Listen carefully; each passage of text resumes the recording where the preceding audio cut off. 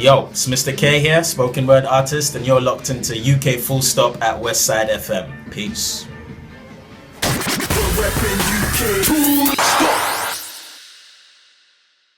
Oh man, do you know what? That's one of those things you just need to listen to in the evening, you know, before you're ready just to go to sleep and dream and then wake up and maybe you know what? Maybe it's a morning thing. Maybe it's a morning. Yeah. But anyways, it does exactly what it says on the tin. That was Mr. K, The Dream, featuring J.O. Shouts out to J.O. on that, man. We've just been talking a little bit about him and his contribution to your album and stuff, man. Sick. But yeah, if you are just locking in, I am joined by spoken word artist, poet. I don't know which one you'd prefer. Spoken word artist. Spoken word artist.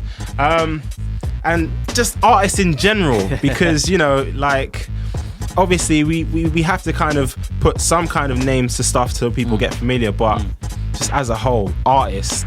Mr. K, man, what's going on, man? You good? What's good? Good to be here, man. Can I just say, I love the way you say the Crash Williams. Oh, thank you, man. Thank you, man. Can you say it one more time? Crash. I thought it was going to be gas. Love it. Now he's just going to get that's what I'm saying. Yeah, I might adopt that, you know, Mr. K. You know, Mr. K. Yeah, we could do a little collabo. You know what I'm saying? We could do that right now. I'll think about it. Them ones. Do you know? I might have to put the volume down. Yo, come on, man. Come on. I've got people listening. Of course. So obviously we had, we had a track off your album, My Great Transition. Yes. Boy, like, before we get on to talking about the album, for those who need to know, who is Mr. K? Mr. K is a spoken word artist. Mr. K stands for Mr. Creative. People might be going, why are you the gangster K? No. Why are you spelling creative with a K? Didn't you? Because you're being creative. That's cool. There you go. Actually, funny enough, that's the reason. Okay. Mr. K, the name came out of when I was in university, and I just exploded with this gift. I was actually studying a chemistry degree and going on a path that was quite far away from what I really wanted to do, and I felt like there was this creative person trapped within me. So I kind of found a liberty in giving him a name, and Mr. K stands for Mr. Creative. My real name is Kwesi for the Ghanaians out there. Shout out. And I called it with a K because it reminds me it's my stamp on creativity. So I'm a spoken word artist from West London, doing my thing, planning to take over the world. One radio station interview at a time. Love that, man. Pinky in the brain vibes, Pinky of in course. The brain. Sick. Okay, so now we kind of know, who you are. In terms of what we do here, we like to talk about greatest to the latest, old school, new school. So if you can tell me someone from the old school that's really, really inspired you, maybe they're the reason why you're here right now. An act, they could be a group, they could be, there's so many. Someone in the industry. Okay, cool. All right, so this guy isn't in the industry. Actually, he's dead. So it's meant to be funny. Right. Marvin Gaye. Marvin Gaye, yeah. Okay. I am like one of the biggest Marvin Gaye fans. Funny enough, I stumbled onto his stuff quite late. I had always heard the name, but when I really got into, kind of transition from being a music listener to a music, artist, I started digging into the crates. He was that guy. Yeah, especially his What's Going On album. In terms of something that hits, funky and melodic and groovy, but also socially conscious. Of course. I just thought that was quite untouchable. Another artist. UK, give me a UK one. Wow, UK artist. Wow, this is going back a little bit. Floetry. Yes. Floetry. I really feel like they didn't really get as much of the recognition that they deserved here in the UK. And they relocated to the States, and obviously got Marsha doing her thing out there. She's on the Dre album. She is. She is several times. On loads of you know what I mean? I just love that whole blend of me like singing with spoken word. I felt like no one was really doing that in the UK on their level when they came out. And they're incredible writers, like Marsha Ambrosius in particular. For those who don't know, I mean, you might know this. She wrote Michael Jackson's Butterflies. Butterflies, yes. Yes, she wrote that, and then she then did cover to the song that she wrote on one of her later albums. But we love them here, man. We play Say Yes and all that, man. Yeah. I think that they're actually coming to the UK in December, I think, for a concert. Sick. In Brixton. I haven't got my tickets yet, but I'd love to catch them. Yeah, because they've reunited and stuff. And the Flow Assist did a performance here, which was incredible. Yeah. Did she sit in this chair? She didn't sit here. No, she was Westside was, opening up and doing stuff at the Jazz Cafe. We do a lot of stuff there. Okay, cool. So yeah, man. Sick. Okay. Yeah. And you said recent? Yeah, New School. Yeah. Like New School, I'm a hip hop head. Okay. So I really like. I'm feeling the likes of Kendrick Lamar's and Lupe Fiasco, Common, Lecrae, and Minio. Like something that these guys have in common is that they really attack the music with an aggression and a passion and a creativity. Of course. But they're also trying to shift the culture in a bit of a different direction. So, Yeah. Cool. Yeah. Nice. I like that, man. I like that. That's a good place to be, man. Definitely. So, all right. So, talk to me a little bit about, the album, My Great Transition. Yeah. So, I mean, I've heard the album front to back, and it kind of starts off in a wedding ceremony. Wedding ceremony. My wedding. Yep. So, explain to me, first of all, like the album title and why you decided to kind of go in that direction, opening with something so intimate as your wedding ceremony. Yeah, so I got married 2 years ago now. Shout out to Janae Mills, my wife. Yay.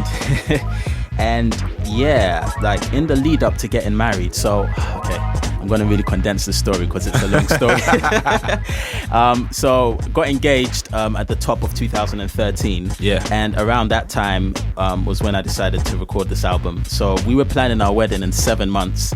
And at the same time, I was doing this album. And really, this album came from a place of... right, wait, hold on. Okay. Hold on a sec. Let's backtrack. Let's rewind that. So you said you were planning your wedding in 7 months. Yeah. And at the same time, you were creating this album. Yeah. This in the Bible, 7's the number of completion, so... What? My gosh. Is that number. Yeah. Wow. Okay, no, sorry. Continue. Yeah. So that happened. And this album was birthed out of a place of kind of a place of frustration, really. Yeah. I felt like there was this great artist living inside of me that wanted to really burst out. But since graduating from uni, I had just, convinced myself and bought into the lie that, be realistic. You need to make money, put the dream aside, and, just do what you need to do. And I was kind of doing that for about 4 years straight. So 4 years of really having this vision bottled in. When I got engaged, thinking that my fiance would be like, all right, babes, let's just focus on the wedding. She was my biggest supporter. She was like, go for it. I want you to do this album. You've got to do it. I started working with J.O., who you heard singing on The Dream, and he produced it, and Janae, who's actually a singer as well. And we put this album together, which really, within the album, I revisited my childhood, because when we're little, we're free and, we can do whatever we want to do. But as we get older, life cuts away at us and tells us, put your dreams away. And I literally lived what I was speaking on the records. So by the time we got married in August of 2013, we recorded our wedding audio, and I had this idea to put it in the intro and outro. We did have to go back to the studio and record a few new bits that were snuck in. So as you hear it on the album, isn't exactly what happened, but about 80% of it is there. And I just thought it'd be cool to tie that into the story, because marriage is such a big thing, and I'm talking about taking the plunge, going for your purpose, going for your dream. And did you cry, fam? Did I cry? My ears were, my eyes were a little bit, I think something got in my eye on the day, but I wasn't crying though. That thing, because I'm a man, I don't cry. No. Bro. Course. Still, that is sick. That's so like, I mean, so you've kind of gone, you've gone from your foundation to marriage and everything in between. So in terms of getting your dreams out there and knowing that you kind of wanted to go over beats and make it a bit more you know, a bit more of an artist direction. I mean, obviously spoken word is artistry. Yeah. But when did you kind of decide, right, okay, in terms of production, I'm gonna go in this direction, which is, you know, more sing-alongs in the hooks and more this and that. Yeah. Was it always instant, or was it just gonna be? It was always there because I mean, some people don't know this, but my early introduction to spoken word was actually on Kanye West album, The College Dropout. Oh, cats think I'm delirious, but I'm so damn serious. Okay, Kanye, calm down. No, you know the track on College Dropout, Never Let Me Down. Yeah, that's what I'm talking about. Yeah. And J. Ivy. Yeah. And I that's remember exactly what I brought in, fam. Yeah. No, sorry. J. Ivy came in, I think, on the third verse, and he was a spoken word artist, but on a hip hop song. And what he was saying was like so positive and so empowering and so inspiring, and the music just really carried it. And I was just like, wow, what is this? You know, I literally rewound it back and forth, and from that I discovered Def Poetry Jam and started watching all of that, and I just knew from then, I want to merge spoken word with music, because like there's a certain catchiness and aggression that you get when you mix it with music that I find when it's a cappella, it's kind of difficult to capture that. So I knew from the beginning, and J.O. was like one really talented producer who I had the privilege of knowing. So I reached out to him and I said, I know you've never done anything like this before, but I'm a spoken word artist. I want to record with music. And a bit more in an urban direction. No, hardly any points of references. What do we do? Let's go. That's true. That is very, very true, man. There's artists that kind of imagine now, you know, you've got Georgia Poets, but people like George and yourself, you know, you're only kind of coming out now, you know, in terms of that sound. It's like you said, there isn't much to base off. No, not at all. There isn't. Like that J. Ivy track, you know, obviously that was really a motivational piece. Yeah, you know? It was funny because it just, what he said just kind of really stood head and shoulders above what, I mean, the other guys brought it lyrically and the style wise, but in terms of content wise, it was just like, wow, I've never really heard something like that before. You know, and I think spoken word is an art form that allows you to really push the boundaries, you know, and I don't think we've even begun to explore, you know, where you can take it. I'd like to hear spoken word with Afrobeat, you know, I'd like to hear it with rock music. I'd like to, you could be that guy. I'm working on it. I mean, you are Ghanaian, so you know, I am. It's in your roots. Yes, I am. It's in my DNA. Yeah, for sure. It's in my DNA. So in terms of your structure now, so we spoke about production, the structure. Like a lot of artists have their own ways of doing things. Some artists like to go in the booth and just freestyle, and then they kind of cut and paste parts, but they never write anything down. Some like to take the approach of writing things down. Some like to walk outside and just live life and then do it. What is your process like? Wow. I'm a natural born writer. I grew up a bookworm, you know, as a kid, and there's just all kinds of like just written ideas that just come out of me every day. And I find I mean, so I'll talk in terms of how this album came together. I had about half the material already written, you know, and I had written that because it was a story that was really in me, that story of, you know, trying to find, you know, meaning and purpose in life and, you know, living your dreams. I had been carrying these spoken word pieces around with me and on and off performing them at different events, but I was like, I've still not really captured, you know, what it is. But I write first, and I usually these days actually write to hip hop beats, you know. So I find myself going on YouTube and getting different instrumentals, whether it be from Drake or Jay-Z or whatever, just to have in the background. And I write, and then I usually have a reference song in my mind. I like the energy of this song. So when I'm speaking to the producer, I'm like, all right, I've got these lyrics and I want this energy.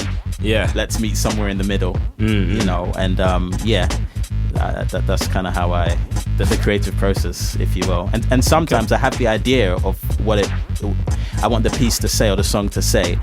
But I just know I need to hear the right instrumental first. And then the lyrics will just come afterwards. Fair enough. Okay. So production, lyrics, and lastly, in terms of the album, spirituality. Now, you played at a festival not too long ago, Big Church Day Out, Yes. correct? Yes, I did. Okay, so obviously, you know, if for those who do listen to the album, there is like faith in there. There's a lot of your experiences talking to God and stuff like that. Christianity in there. Not the whole album, just for those who aren't into that sort of thing. It's a lot of it is like, you know, painful honesty, which is a beautiful thing, you know, whether you're religious, whether you're not. But specifically on your spirituality, how important was it to kind of get that across within the album? Wow. I believe that good art comes from the heart. I didn't mean for that to rhyme. Yes, you did. I'm a poet and you know it. Yes. Good art comes from the heart, and you can't help but create what is from your experience, you know, and what's from you. And I believe, like, if you're going into a situation of creating arts and creating music, if you try and force to say something, the listeners kind of tell. You know, I have a saying: real recognizes real. In terms of my life, you know, God is a big part of my life. Jesus is a big part of my life, and I wanted to just go into this creation process and just literally lay my heart out. You know, on the album I talk about heartbreak. I talk about you know, the struggle with, you know, needing to make money and survive in this world, paying bills, but living your dream. The question everyone has about purpose. And I also talk about the fact that finding finding that lady. Which obviously you found now. Exactly. Exactly. And also in that search for purpose, you know, I found an explosion of that, you know, in God, you know, and looking to God. So in going into the studio, I just said, yo, this is my story. I'm not, you know, I didn't grow up in the hood. I didn't grow up holding guns and selling drugs and all of that. So I'm not gonna come and try and start spitting these tales, gangster tales. This is my life I struggled with, and I feel like it's something many people struggle with, whether you had that upbringing or not. You know, so I'm just gonna do me and be real, and I know that it's gonna come across. And whether people you know, are spiritual, religious or whatever or not, I know they're gonna connect with something in there. Everyone goes through those things and asks those questions. Definitely, man. Definitely. And lastly, before we get to some of your music, so we were talking a little bit about ladies and stuff like that. Now I know you're a married man, of course, but have you ever used your poetry to you know, to impress the ladies? You know, in your past? I mean, yes, I cannot lie. Real recognizes real. What was the you know, what was the reaction like at the time? Okay, so let me just put some context here. I wasn't not now. Yeah, not now, but even in my past, I've got to say I wasn't one, because I've seen spoken word artists who they literally spin words together for the sole purpose of you know, trying to get the ladies and impress the ladies. I wasn't one of them guys, you know. I was an honest guy from the beginning. But one of my very first spoken word pieces was called My Eve. And you know, the whole Adam Eve, where's my Eve, all that kind of stuff. And I kind of wrote it when I was feeling lonely on a Valentine's Day at uni one day. And there was a girl I met. I feel like I should change the instrumental and make it sound a little bit softer, you know. Make it sound real a bit more mellow, you know. I might find a little side. Yeah, now man. keep saying I'm getting my LL Cool J on here, man. You got to give me something a bit softer, you know.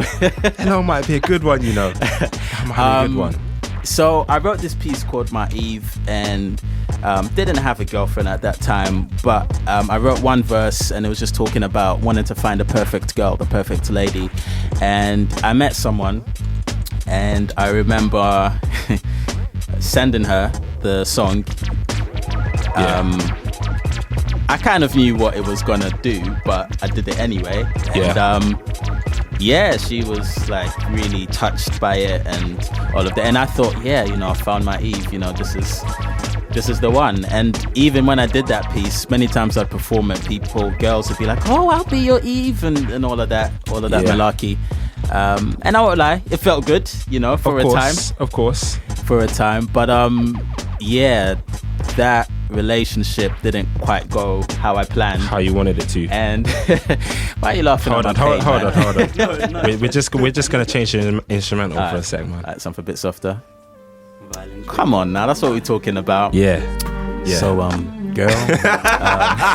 Yes. So sorry about this, girl. yeah. So it didn't really work out too much. It didn't really work out how I planned and how I thought and how I'd written in the song. So I ended up going back home and writing the second verse of that piece. It sounds like he's doing poetry right now. Yeah, you know, in that piece, you know, I just talked about how it's one thing for a guy to, you know, have his list of, you know, I want a girl like this and that, but a girl's also wanting her list of what a guy should be like. So I had to learn that I didn't really have anything to bring to the table, and you know, I wasn't really a man. So I could go all day on this. That's funny enough, I think there's a track you're going to play soon which actually talks a little bit about that. Goodbye. Yeah. Fair enough, man. Fair enough. Bit of bounce there, man. Still okay, but we know you're good with the word. And even when we're playing this just right now, it's like it just natural. You're a natural. You are a natural, man. It's just in me, you know. Just gotta give the poetry to the people, you know. For sure, man. That's for sure. Yeah. Sound like Diddy wrote about that. Yeah. Take that. Rock on, we ain't gonna stop. Oh man, it's been a real pleasure having you in the building. Obviously, we know you're not going anywhere just yet. Would you like to introduce your track? Yes, I would. So, we've been talking about the album My Great Transition, which is available on all digital musical outlets, so get that. And this next track, Goodbye, is a song talking about, you know, sometimes you have to let go of something good to have something great. And that's a goodbye, you know, it doesn't have to be a bad bye. So, you know, it's just looking at the whole thing of breakup, but in a more positive light. And I had nothing negative to even say about the girl, you know, but it just was time to part ways, you know. Fair enough, man. This is UK Full Stop, playing the greatest to the latest in UK urban culture. Thursdays, 10 p.m. to midnight on West Side Radio.